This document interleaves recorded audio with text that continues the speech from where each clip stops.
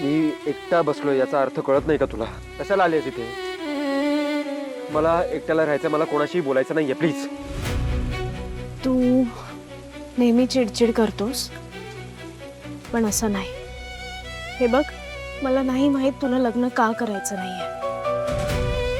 नाही माहित मला तुला मुली का आवडत नाही, त्यांच्याशी तू असं का वागतोस, काय कारण आहे नाही माहित मला. आणि हे सगळं मला नाही समजलं ना तरी चालणार आहे. मी ह्यासाठी आलीच नाहीये. हे बघ, प्लीज इथून जा. मला आता काहीच बोलायचं नाहीये. मग ऐक, आठव तुझी भावंड साक्षी, गौतम, त्यांच्यावरचं तुझं प्रेम. ह्या एकाच बाबतीत ना आपण दोघं सेम आहोत. आपल्या दोघांनाही आपल्या फॅमिली बद्दल खूप जास्त प्रेम आहे. मला तर माझं घर, माझे मम्मी पप्पा, ह्या तिघी, ह्यांच्यापेक्षा ना जगात दुसरं काही आवडतच नाही. आणि आय नो तुझं पण तसंच आहे.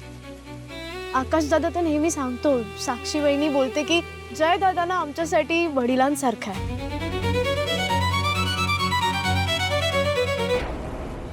त्या दिवशी तुझ्या आईसमोर तुझ्या भावाचं प्रेम मिळवून देण्यासाठी तू त्यांच्या पायाशी आलास. त्यांच्या पायावर डोकं ठेवून माफी मागितलीस, विनंती केलीस.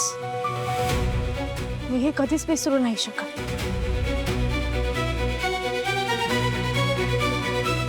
आता मी तुझ्या समोर हात जोडते. प्लीज प्लीज तुझ्या आईची अट मान्य कर.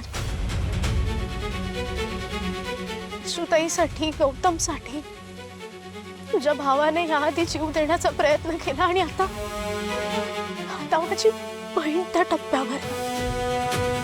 ती किती अस्वस्थ झाली ना मी तुला नाही सांगू शकत.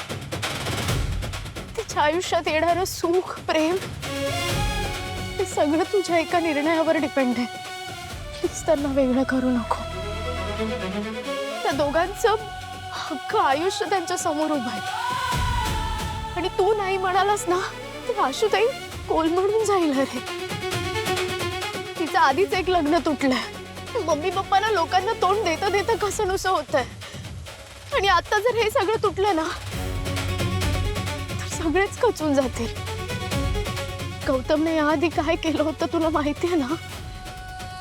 आता जर त्याला काही झालं ना तर आशुताई स्वतःचं काहीतरी करून घे. प्लीज प्लीज, हवं तर मी तुझ्या पाया पडते, पण प्लीज या सगळ्याचा विचार कर.